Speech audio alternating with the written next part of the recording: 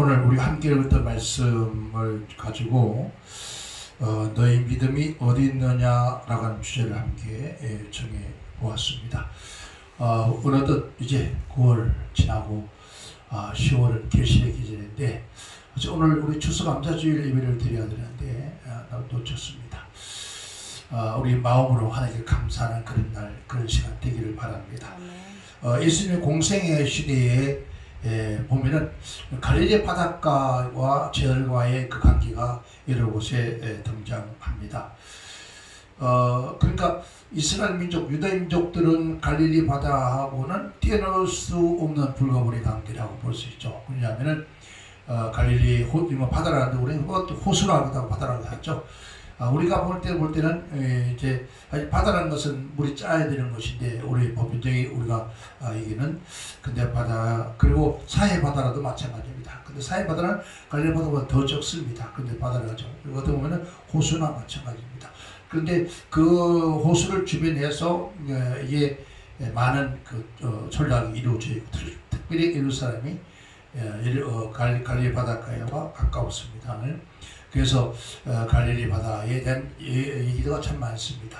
그 첫 번째가 보면 우리가 잘 아다시피 베드로가 시몬이 그 밤이 맞도록 요한과 함께 밤이 맞도록 이제 동업을 해서 고기를 잡았지만은 고기를 한 번에도 어떻게 그렇게 한 번에도 잡을 수 없었을까는 그것도 하나의 기적이라고 볼 수가 있습니다만은 한 번에도 잡지를 못한, 물론 뭐 한 번에 잡지를 못하겠을까요? 그러나 뭐 작은 거라도 잡았겠죠. 근데 그들이 원하는 그런 고기들이 잡히지 않은 것만 우리 사실입니다. 그런데 그때 이제 베드로가 밤새 고기를 잡지 못한 상태에서 이제 다음날 고기를 잡기 위해서 그물을 씻어서 깨끗하게 정리해서 내일 그런 가정에 있는 동안에 그때 마침 예수님께서 그 아침이었습니다. 왜 이른 아침, 예수님께서 복음 전하는 것은 이른 아침이나 저는 오후 늦은 시간이었습니다. 왜냐하면 유대 이스라엘 민족들은 대낮에 너무나 더우니까 낮에는 복음을 전하지 못합니다. 그래서 아침 일찍이 아마 복음을 전하러 갈릴리 바닷가 쪽으로 가신가 보습니다. 갔을 때 그때 마침 보니까 시몬의 배가 바닷가에 있었습니다. 그때 예수님께서 그 시몬의 배를 잠시 빌려 탑니다. 그래서 다시 하는 말씀이 육지와 조금 띄워오기를 원합니다. 띄워왔더니 그러니까 육지에 있는 사람과 조금 상가가 있으면은 거리가 있으면은 바라보기 좋잖아요. 육지에 있는 사람도 바다에 있는 그러니까 어떻게 보면 예수님께서는 설교할 수 있는, 그러니까 설교를 집중할 수 있고, 좀 들을 수 있고, 바라볼 수 있도록, 그런, 위치에 자리에 서서 복음을 전하는 걸 볼 수 있습니다는, 그래서 시몬의 배를 빌려 타고, 이제 복음을 전하신 다음에, 그 다음에, 베드로가 합니다. 밤새 고기를 한번 잡지 못했는데, 그런 것을 사정을 알고 있습니다. 예수님께서, 배를 띄워서 이제 바다 안으로 가자, 깊은 데로 가자 하니까, 우리가 판 맞도록 고기 한번 잡지 못했는데, 깊은 데 가서 그물을 내리라. 그러니까, 가서, 그물을 내렸더니 고기가 많이 잡혀서, 심지어 아마 그 요한도 떠나지 않았던 거 봅니다. 동물을 다시 불러서, 두 배의 고기가 가득 채워졌더라. 그렇게 말씀을 합니다. 여기서 우리는 우리가 하나를 바라볼 수 있다면은, 밤새 고기를 잡았던 시몬과 사도 요한, 그때 사도가 아니죠. 어부전 요한인데, 어부인데, 요한과 이 친구들이 그 어느 배에도 그 배에는 예수님이 안 계셨습니다. 그런데 고기 잡는 걸 실패하고 그 배를 예수님께 빌려주고 예수님께서 고기를 많이 잡았을 때는 언제였습니까? 예수님께서 그 배에 계셨다는 겁니다. 그 배에 계시면서 그가 지시한 대로 말씀에 순종하는 사건이 나오죠. 그랬더니 고기가 많이 잡혔더라라는 것을 우리가 성경에 볼 수 있습니다. 두 번째는 예수님께서 복음 전하시다가 이제 기도로 산에 가시고 먼저 제자들을 갈릴리 바다 저편을 건너가라 그래요. 건너가라 하는데 마침 건너가는데 강풍이 막 몰아치고 오는데 그때 막 지하들이 그 바닷가에서 수없이 많은 경험을 했던 그런 자들인데, 그들이 아무리 노력해도 안 되는 그런 사정이었습니다. 그때, 뭐, 우리가 보면, 뭐, 어떤 일이 닥쳐, 큰 일이 닥치면 또 다른 일이 또 닥쳤을 때, 정말 우리가 어쩔 줄 모르죠. 그런데, 바다의 한복판에서 허연 물체가 물 위로 걸어오는 모습을 봤습니다. 그것이 귀신인 줄 알고, 유령인 줄 알고, 그들이 두려워서 어쩔 줄 몰랐습니다. 그때 예수님이 하신 말씀이 두려워 말라 나다 했습니다. 그때 베드로가 얼마나 그 소리를 듣고 반가웠을까요? 정말 당신이 예수님이라 하면 나를 명하여 물을 걷게 하셔서 걸어오라. 물을 척척 걸어가는 그런 사건을 우리가 볼 수 있습니다. 세 번째는 오늘 본 말씀의 사건이죠. 예수님과 한 배에 타시고 저희들 타고 어디로 갑니까? 갈릴리 바다 건너편으로 가는 도중에, 그라시방이죠. 가는 도중에, 풍랑을 만나서, 죽게 되었을 때 예수님은 주무시고 죽게 되었을 때 예수님 깨워서 그 풍랑을 잔뜩 한 사건이 본 말씀이고, 그 다음에는 예수님께서 십자가에 죽으시고 부활하셔서, 저희들이 각자 자기를 다 갈 길을 가버렸습니다. 그리고, 고기 잡던 어부들은 역시 갈려바다에서 고기를 잡으러 갔습니다. 근데 밤새 고기를 잡았는데 한 번도 못 잡은 거예요. 그때 예수님께서 이미 지금은 숯불을 만들어서 고기를 굽고 음식을 만들어 빵을 구워서 만들고 있습니다. 저희들이 그 도착하기를 기다리고 있습니다. 그런데 물에서 보니까 저희들이 묻습니다. 내 고기를 많이 잡았느냐 물었더니 하는 말이 한 마리도 못 잡았습니다. 그랬습니다. 그때 하신 말씀이 오른편에 그물을 내리라 했더니 고기가 그게 숫자가 113마리라고 나오는데 그 숫자가 내 고기가 잡혀졌습니다. 이 사건이 바로 갈릴리의 중심에 일어난 사건들이었습니다. 그 사건을, 그런 사건을 통해서 예수님께서, 즉, 저희들에게 그가 하나님이란 창조적인 것을 수없이 나타내 주었지만은 오늘 본 말씀 속에 보면은 예수님께서 복음을 전하실 때가 아마 지쳐서 배에 골목을 베고 주무신 것 같습니다. 바다를 가는 도중에 뭘 만나죠? 광풍 대작이 일어나서 정말 죽게 된 그런 상태가 되었을 때 예수님을 깨우셔서 예수님이 그 강풍과 바람을 명하여 잠잠케 하시고 그리고 그 호수를 건너서 그라시방 간 걸로 기록되어 있습니다. 오늘 이 말씀을 통해서 우리 주님께서 저희들에게 하신 말씀이 너희 믿음이 어디 있냐라고 물었습니다. 그때 물었는데 그 물음을 가지고 주제를 잡기를 네 믿음이 어디 있느냐. 오늘 이 말씀은 우리 자신에게 물어봐야 됩니다. 너 믿음 어디 있어? 너희가 주여 믿습니다 하는데 그 믿습니다라는 그 믿음이 어디 있느냐라고 하는 질문. 오늘 우리는 왜 이런 질문을 하게 되었고 왜 이런 질문 속에 우리가 답을 해야 되며 왜 우리가 믿음을 회복해야 되는가를 한번 생각하면서 승리하는 그런 10월 한 달이 되기를 부탁을 드리겠습니다. 오늘 본말 속에서 우리는 첫 번째로 합니다. 하루는 저들과 함께 배에 오르사라고 했습니다. 25절에 배에 오르사, 21절에 배에 오르사. 하루는 저들과 함께 배에 오르사 저에게 이르시되 호수 저편으로 건너가자 하심에 이에 떠나 했습니다. 행선할 때라고 했습니다. 여기서 자 예수님과 지금 현재 함께 배를 타고 갈릴리 건너편으로 갑니다. 여기서 이에 떠나 말은 행선할 때라는 뜻입니다. 그리고 떠나 헬리아라는 말인데 이 말은 헬라어로 아니오고라는 뜻입니다. 아니오고라는 뜻인데 이 말은 항해 출항을 했다. 즉 이 말은 주님과 그 배와 함께 해서 타고 함께 출항을 한 거예요. 이제 항해를 시작한 거예요. 항해를 시작했습니다. 그리고 예수님께서는 지금 다른 거 다르게 예수님과 함께 그 배에 함께 타고 계신다는 겁니다. 그러니까 그거 타고 항해를 이제 출발을 했다는 겁니다. 항해를 출항했다는 건데 이것을 우리가 생각을 정리를 해보면은 우리는 주님께서 말씀하기를 내가 세상 끝날까지 내가 너희와 함께 할 것이다 라고 했습니다. 구약시대 수많은 하나님의 사람들에게 하신 말씀이 증명 아브라함과 이삭과 야곱에게도 약속한 것이 내가 너와 함께 합니다. 즉 야곱이 즉 삼손집으로 도망갈 때도 베델에서 그를 만나서 그에게 하는 말씀이 내가 너와 함께함이라 했습니다. 이 말은 그 인생 나간의 길을 걸어갈 때에 야곱이 그 삼촌집에 갈 때에 하신 말씀이 내가 너와 함께하여 내가 내 집으로 들어올 때까지. 그러니까 우리 인생 나간의 길에 누가 함께 한다고요? 하나님이 함께 하신다. 우리가 모든 그리스도인들을 이고동성하는 말씀이 그 말씀 안에 누가? 하나님이 나와 함께 하신다. 약속이거든요. 또 하나님께 말씀하기를 세상 끝날까지 내가 너희와 함께 있으리라고 하는 약속. 이거 언약이거든. 그 언약이라고 하는 것은 함께, 무슨 언약? 함께 한다는 언약이죠. 즉 말은 오늘 우리가 모든 사람들이 하신 말씀들이 뭐라고 하죠? 자, 영접하는 자 곧 그를 믿는 자에게는 하나님의 자녀들은 권세를 주었으니 라고 했습니다. 영접이라는 것은 우리가 맞이한다. 그래서 많은 사람들을 끝넘어합니다. 그런데 거기에 의미의 뜻은 두 가지가 있습니다. 우리 안에 모셔들이다라는 뜻이거든요. 모셔들이다. 그리고 나와 함께 동행, 동사. 이걸 우리가 우리 안에 동거동락이라는 뜻이죠. 함께 한다는 것이죠.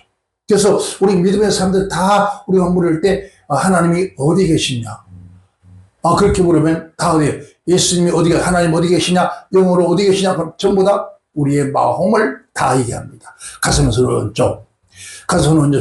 우리 마음 심령이 있다. 그래서 성경 말씀에는 그리스도의 영이 없으면 성령이 아니면 하나님을 아버지라 부를 수가 없다라고 했습니다. 그러니까 우리 모두는 우리의 주성의 생각, 머릿속에 지혜, 지식과의 생각은 어디요? 하나님 어디 계신다고요? 우리 안에 있다는 거예요. 그럼 우리 안에 주님 말씀하기로 마태복음에 말씀하기를 네가 내 안에 내가 너희 안에 거하면은 했습니다. 그러니까 네가 내 안에 내 말이 내 안에 거하면은 네가 무엇이든지 원하는 대로 구하라라고 했어요. 그러니까 우리 예수님의 성령께서 내 안에 있다 없다? 계신다는 거죠. 그러면 내 안에 있다는 것은 나와 함께 하신다. 이것은 하나님께서 성령께서 영이 갔다 왔다 하는 것이 아니에요. 멀리 가까이 갔다가 가까이 왔다는 것이 아니라 항상 나와 함께 계시는 거예요. 그러니까 내가 살아 존재하는 그날까지 나와 함께 하신다는 거죠. 자, 지금 저희들이 지금 그 배에 누가 함께 했습니까? 예수님이 함께 했습니다. 즉 우리 인생은 이 세상을 고해라고 했습니다. 그래서 고해의 이 고해바다, 홍해라고 그러죠. 고해바다. 그리고 우리 세상을 광야라고 했잖아요. 광야의 길. 우리가 홀로 가는 것은 인생 나그네 길, 우리 여행길이었습니다. 가는 길에 혼자 있는 것이 아니라 누가? 창조주 하나님께서 나와 함께 동행하고 계신다는 거죠. 즉 말하면 우리는 배를 타고 출항을 했습니다. 즉 말하면 우리가 이런 그런 노래 했잖아요. 우리 어렸을 때 주일학교 학생들에게 나는 구원열차 타고 나는 방주 타고 어디 간다고 하늘나라 간다는 거죠. 그곳이 그 우리 인생의 나그네 길에 내 안에 주님과 함께 계시고 그와 함께 동행하고 있다는 거예요. 함께 계신다는 거예요. 분명히 함께 계셔요. 그 외에도. 믿습니까? 오늘 많은 사람들이 여러분 다 마찬가지니까 우리가 지금 착각하고 사는 거예요. 우리가 하나님을 저 푸른 하늘 저 너머에 있는 하나님을 우리가 갈망하고 사모하는 것 같아요. 아니요, 내 안에 계신다는 거예요. 정말 오늘 저와 여러분들이 저희들이 예수님께 저에게 하신 말씀이 너희 믿음이 어디 있냐고 질문하는 것이면 그 질문이 정말 내 믿음이 어디 있느냐? 자, 오늘 우리 믿음이 어디 있느냐는 거죠. 오늘 내 안에 계신 그 전능하신 하나님을 믿고 살아가고 있는가? 인생 나가는 길에 주님이 함께 하는데. 그런데 문제는 뭐였습니까? 네? 그 함께 하시는데 뭐가 닥쳤습니까? 풍랑이 닥쳐온 거예요. 강풍이 닥쳐요. 오늘 우리가 주님과 함께 하면은 우리가 고요하고 잠잠하고 편안하고 행통하고 라고 생각합니다. 왜 하나님 함께 하시는데 능치 못함이 없지. 뭐 어렵게 있냐고. 그렇게 말할 수도 있습니다. 그런데 문제는 뭐였습니까? 그죠? 물론 하나님과 함께 계시고 그분과 함께 동행 동사하면 어떤 두려움도 염려도 근심도 없습니다. 문제는 뭐였습니까? 잠들었다는 거예요. 그죠? 문제는 잠드셨다는 거죠. 두 번째는 예수님께 잠들었다는 거죠. 육신적으로 예수님께 하루 종일 선교 활동하면서 육신적으로 매우 피곤했을 겁니다.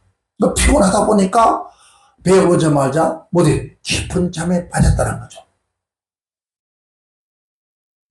깊은 잠에 빠졌는데 그때 뭐가 터지지 않습니까? 풍랑과 흉한 수없는 풍랑이 바람 불고 막 배가 뒤집려 하는데, 근데 놀라운 것은 예수님은 그곳에서 어땠습니까? 평화롭게 주무시고 계시더라. 평화롭게 잠을 자고 있더라는 거예요. 예수님께 우리와 함께 하지만은 우리 안에서 주무시고 계실 수도 있다는 거예요. 그런데 잔다는 얘기가 성경에 보면은 예수님께서 야이를 딸이 죽었습니다. 근데 다 죽었다는데 예수님은 죽은 곳에 아니라 잔다고 그랬어요. 나사로가 죽은 곳에 잔다고 그랬어요. 그를 깨우러 가자고 했습니다. 여러분, 예수님이 내 안에 계시긴 계시지만은 잠을 자고 있다는 뜻이에요. 잠을 잔다는 것은 죽었다는 의미였습니다. 즉 죽은 것은 뭔가 생명이 없다는 거죠. 그 의미는 뭘까요? 생명 없는 예수를 우리는 모시고 살때만 해요. 그래서 늘 그리스도인들이 십자가에 달려 죽으신 예수를 무덤으로 살고 있다는 거죠. 여러분, 죽은 것은 그 말이잖아요. 죽은 사자가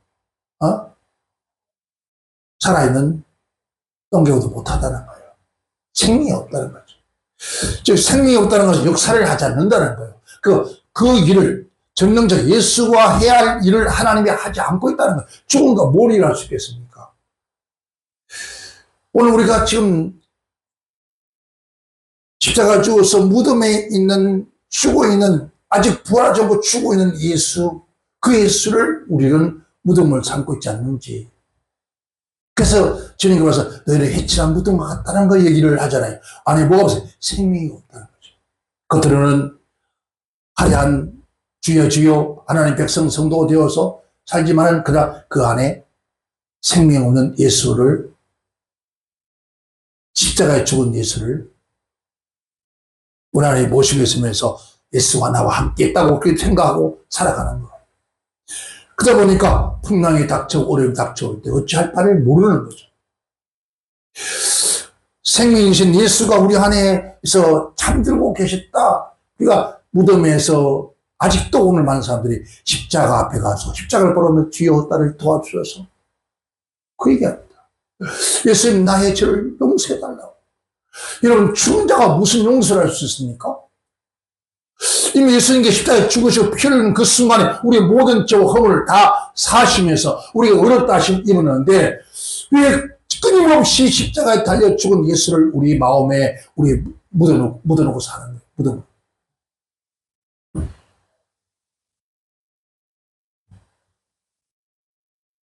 자, 오늘 우리는 그렇게 살다 보면은 풍랑이 딱 어려움이 딱 좋을 때 어떻게 하겠습니까?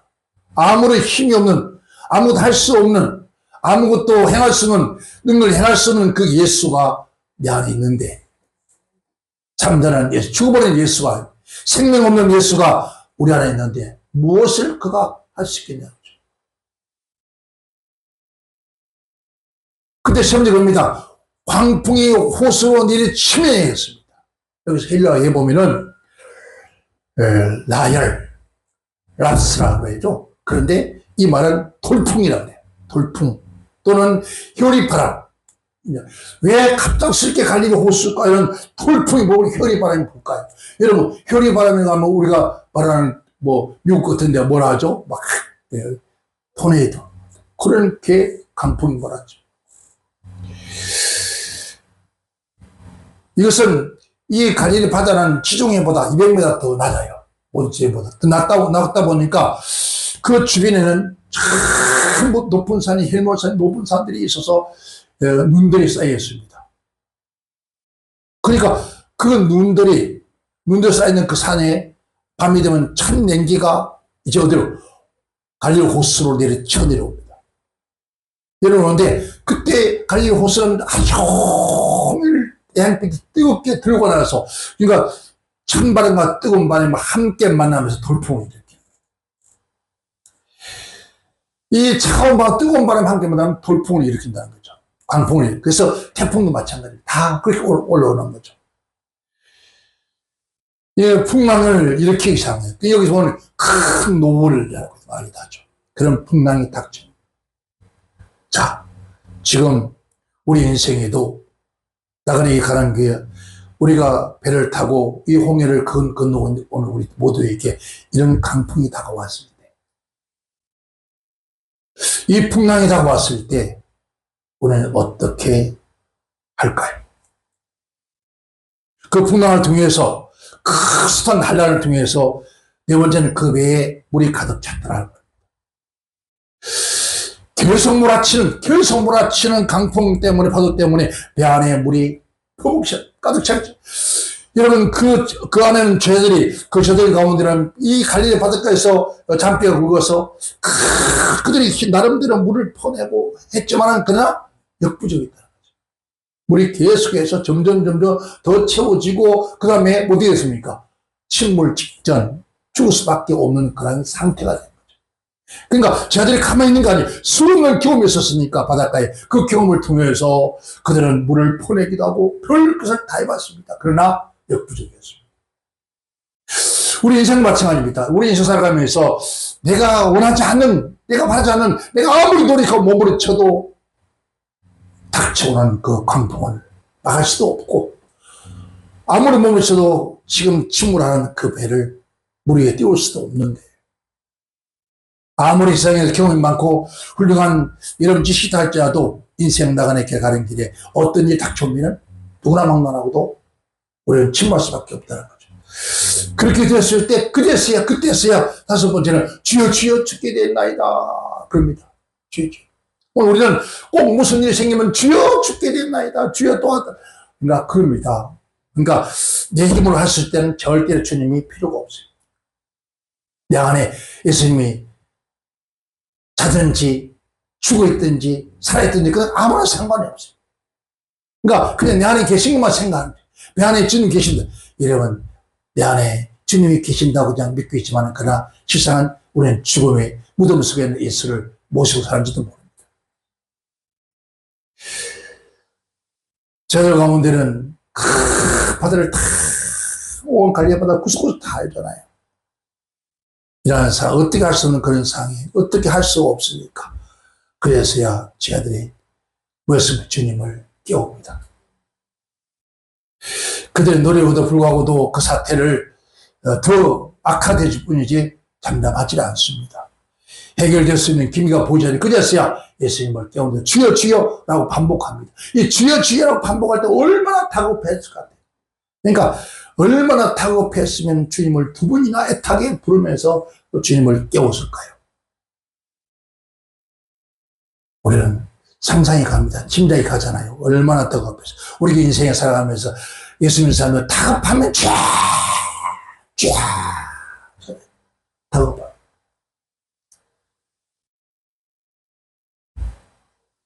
그런데 제 아들이 그렇게 공경에 빠져서 어쩔 줄 모르는데, 그럼에도 불구하고 예수님은 어떻습니까? 주무시고 계시더라는 거죠. 그러니까 제 아들이 얼마나 원망했을까요?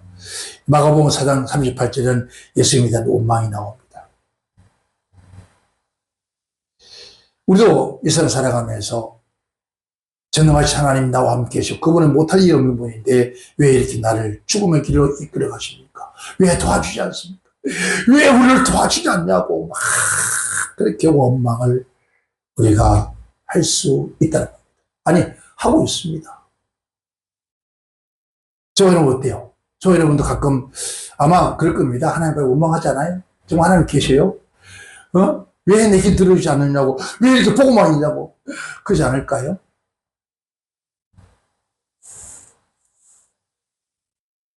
그때 예수님께서 깨어나셔서 이제 구제의 신이 됐습니다.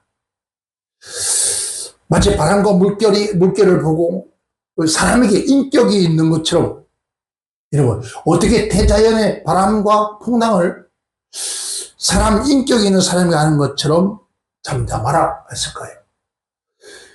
베드로의 장모가 열병에 떨어졌을 때 어디였습니까? 그 열병을 향하여 꾸짖죠. 따랐습니다. 병을 보고 꾸짖었다는 거죠. 이 바람과 물결도 그와 같이 꾸짖어 명했다는 거죠. 그러니까 꾸짖는데, 바람과 바다가 꾸짖었는데 대자연이 고요하고 잠잠하더라는 거예요. 정말 자연계가 말 한마디로 어디였습니까? 제어하는 이 놀라운 사건. 어떻게 사람이 다가오는 풍랑을 보면서 잠잠하라. 사람이 떠들고 그러면 조용히 해. 라고 하잖아요. 인격이기 때문에. 근데 대자연 인격이 있나요? 없습니다. 그럼에도 불구하고 예수님께서 그 대자연을 향하여서 명하시는 명령이 그 인격처럼 잠잠하라, 고요하라 명하시니까 잠잠 고요해졌더라는 거죠. 이게 뭘 말합니까? 정말은 살아나서 깨어나셨습니다. 그러니까 생명이 있는, 살아있는, 전능하신, 모든 것을 할 수 있는, 모든 마음을 창조하시고 모든 마음을 다스리신 주님께서 깨어나셨다는 거죠. 정말 생명이 있다는 거예요. 생명이 있는 예수의 그 신적 권위는 어마어마하다는 거죠. 그러니까 대자연도 명하여 잠잠하게 하시고 대자연도 강포를 일으킬 수 있다는 게 그걸 말하는 거예요. 정말 오늘 우리 안에, 내 일생 살아가는 속에 살아계신 주님이 살아계시고 성령이 살아계시고 말씀이 살아있다면은 그분이 우리의 살아가는 모든 삶의 강품을 명하여 잠잠케 한다는 거예요. 하신 말씀이 뭐니까 잠잠할지어다 한마디였습니다. 근데 아주 잔잔하여졌더라라고 그랬어요. 이게 뭘 말합니까? 예수님의 권능을 말해요. 신적 권위를 말하는 거죠. 모든 대자연도 명하여 말 한마디에 잠잠하게 하는 그 능력, 그 권능, 권세. 그분이 누굽니까? 바로 예수입니다. 그분이 어디 있다고요? 그 배 안에 있다는 거예요. 오늘 찬송을 불렀습니다. 내 배 안에도 주님 계십니다. 오늘 우리 인생 나날의 길에 분명히 내 안에 주님이 계십니다. 그러나 살아있는 생명 있는 주님이 모시고 있느냐? 아니면 지금 죽어버린 생명 없는 예수를 모시고 있느냐? 한번 증명해 보세요.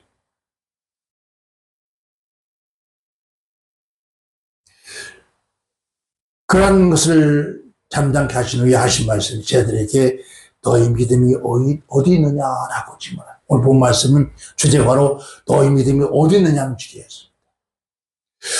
마가복음 4장 40절에는 어찌하여 이렇게 무서워하느냐? 너희가 어찌하여 믿음이 없느냐라고 책망합니다. 즉 불신이죠. 저희들의 불신에서. 그러니까 그래서 두려워하고 기여기더라고요. 두려워 기여기더라. 여기서 예수님의 권능을 즉 목격하면서 단 한마디로 잠잠케 하는 그 사건을 보면서 그들이 두려웠던 거예요. 즉 자연적인 위력, 그 자연 위력을 큰 위력 앞에서 잠잠케 하신 하나님, 정말 앞에 대자연의 강풍과 파도 속에서 두려워했던 그 두려움이 아니라, 그 죽음 앞에 두려워했던 두려움이 아니라, 즉 신적인 권능 앞에, 신적인 능력 앞에, 이 말은 너무나 두려웠다는 거죠. 이건 뭘까? 그 말은 하나님을 경외하는 거예요. 우리가 두렵고 떨림으로 그를 섬겼다는 거잖아요. 바로 예수님께서 하시는 그 모든 권능의 역사를 보면서 그가 예수님을 두려워했다는 거죠. 그러니까 앞에 있는 두려움과 뒤에 있는 두려움은 다르다. 앞에 있는 두려움은 공포예요. 뒤에 있는 두려움은 뭘까요? 뒤에 있는 두려움은 바로 경외의 심에서 나오는 거예요. 그러면서 한 말이, 제가 도대체 누구길래 바람과 파도도 순종하는 거. 자, 참 놀라운 얘기죠. 예수님은 제자들이 예수님과 함께 수없이 따라다니면서 이런 500여의 기적을 경험하고 병자를 고치고 죽은 자를 살리는 그런 엄청난 이적과 기적을 눈으로 보고 경험하면서 자기들도 예수 이름을 나갔을 때 갔더니 귀신이 떠난 것을 경험하면서도 불구하고도 저가 누구냐는 거죠. 저가 누구길래 이게 바다와 바람도 잔잔해 하는가? 여러분, 예수님은 누굽니까? 한 번 정도 여러분 자신에게 물어보세요. 예수님은 누구인가? 오늘 저희들이 저가 누구길래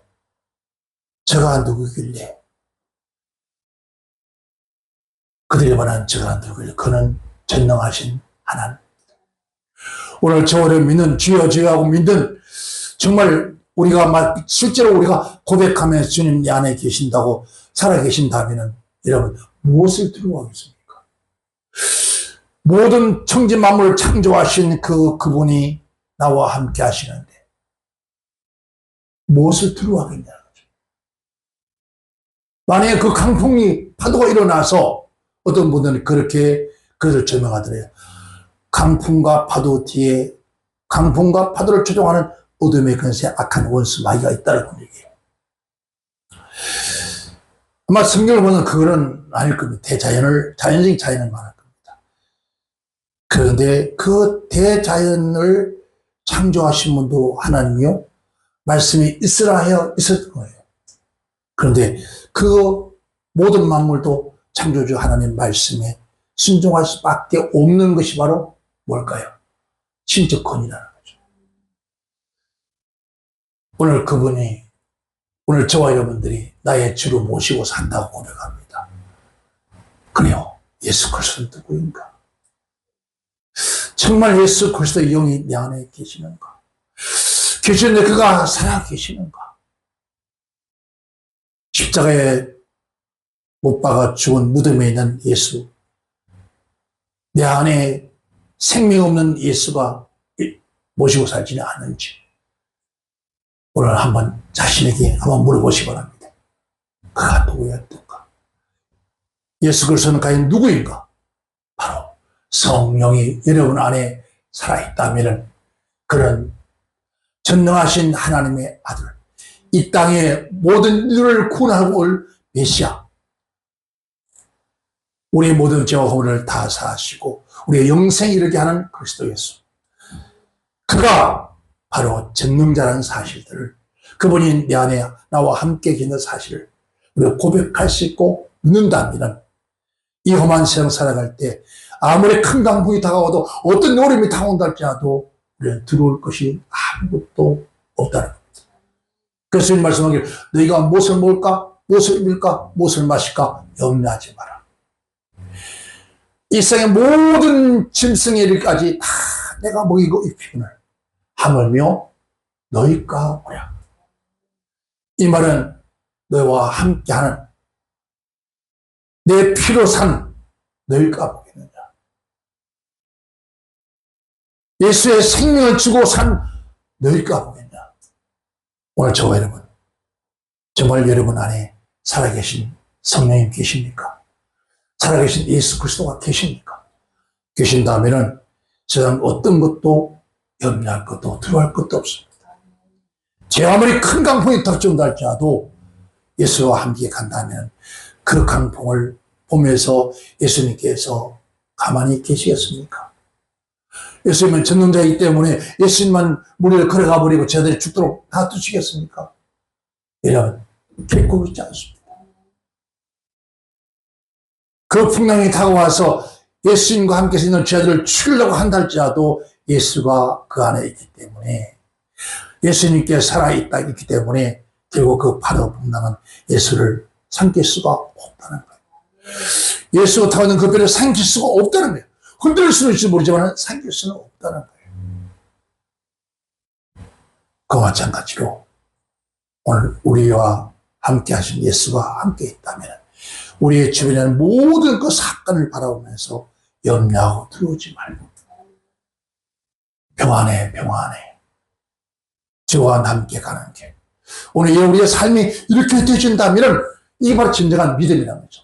그래서 말씀하기를 너의 믿음이 어디냐라는 것은 네가 믿는 그 하나님 전능자가 어디 있느냐. 내가 지금 너희가 나와 함께 다니면서 나를 보고 아버지를 보이더라. 나를 본 자는 하나님 아버지를 본 것이었는데 나를 보고도 너희가 믿지를 못하는 거야. 그래서 너희 믿음이 어디 있느냐. 오늘 우리 모두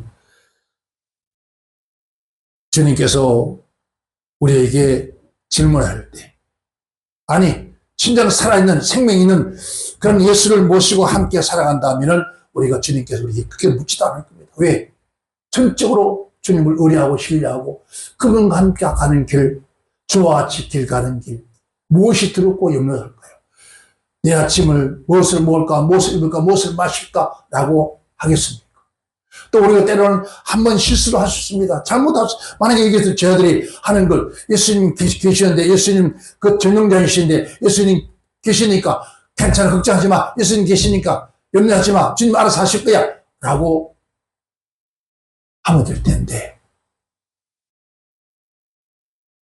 내가 됐으면 야 이들아 하고 해야 되는데 그렇지 않으셨어요. 조용히 파도 바람을 잔잔케 하시고 너희 믿음이 어디 있느냐? 어찌 믿음이 없느냐? 라고 하는 말씀을 뿐이지 그들에게 혼통을 치거나 그러지도 않았습니다.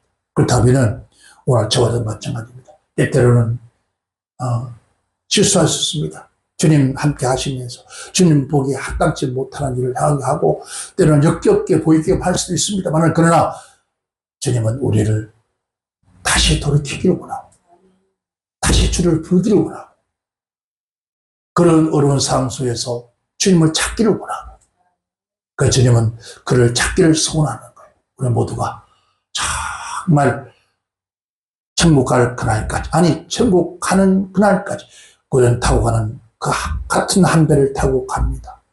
영원토록 그분과 함께 여러분 날마다 때마다 승리하시기를 제 이름으로 축원합니다. 기도합니다.